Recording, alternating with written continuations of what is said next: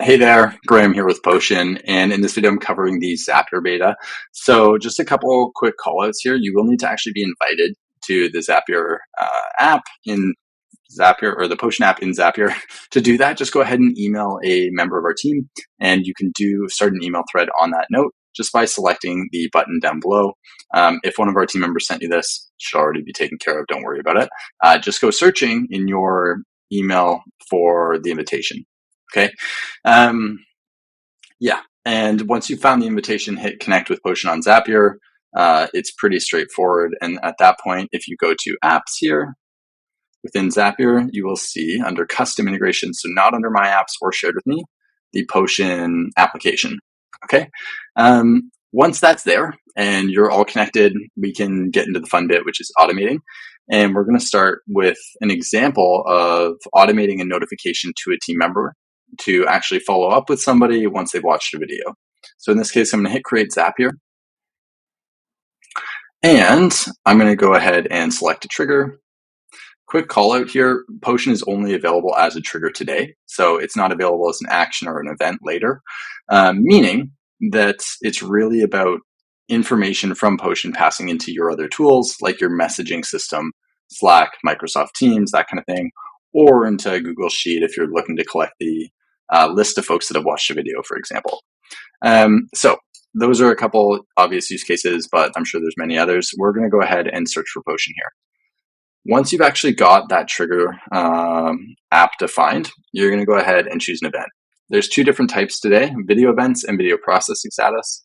Video events is what we're going to look at. So that's basically when somebody watches your video, clicks on something on your call, like clicks on a call to action on your video page, that kind of thing. So we're going to go with that one.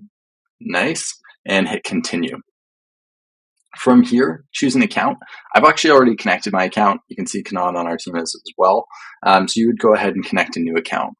That's going to pull up this page where you will enter your email address that you used to sign up for Potion. If you used like log in with Google kind of thing, it's the email address that you used to log into that Google workspace. And then your API token, which can be grabbed from Potion. So you're going to go into Potion, go to settings, scroll down, personal API token, and generate new token is what you'll need to do. And then you copy paste this and pop it back here in the Zapier connecting account. I would hit yes, continue to Potion, and then Zapier will kick off without a hitch and you'll be able to select the account. So in my case, I'm going to choose my account. Go ahead. Perfect. Continue. We're going to complete the test. Yeah, test trigger. Should pull up some sample data. Yeah, john@example.com. Love it. Continue with selected record. At this point, we are basically creating an action. So we've fetched data from Potion. We are now passing it into another tool or system. I'm going to go ahead and select Slack here, okay, because I want to send this to a channel and say, hey, give this person a quick follow-up. So in this case, I'm going to choose send channel message and continue. I'll need to log into whatever account or app I'm actually trying to pass this information into. So you might need to refer to knowledge base articles from the other application. Most of the time, it's going to be a simple sign-in kind of situation, but it could be more complex. In my case, I'm already connected to Slack, so I'm going to go ahead and hit continue. Then I'm going to pick my channel. So I have a channel called Call Me, which is the whole point is to follow up with people that have watched videos and give them a ring, and a quick message. So the message text is basically everything you want to deliver in that Slack or Microsoft Teams or email notification message, you name it. And you can pull in information from Potion for this purpose. So if I wanted to say, hey, team prospect, so John Doe watched, or actually, we're going to choose the action. So it'll tell us what he did, whether it's a widget click, CTA button click, or watched the video. And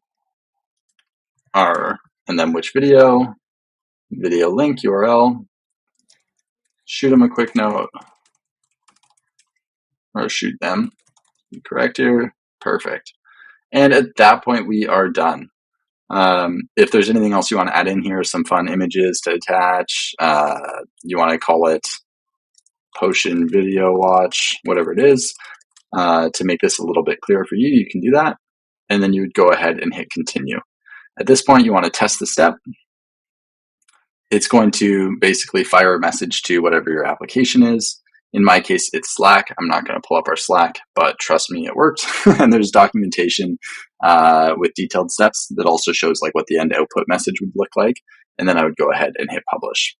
That's all there is to it. Should take 10, 15 minutes at most if you're comfortable with Zapier. And if not, just a little more time to get some awesome automations. This has been one use case that's been really effective for helping ourselves as well as some customers and partners convert more meetings off of their videos. So if that's your use case, hope you can benefit. If you've got other ideas but don't know how to make them happen in Zapier, go ahead, reach out to myself or another member of the team, and we'll do our best to assist. Okay, that's everything for now. Thanks so much, and do reach out if you need assistance.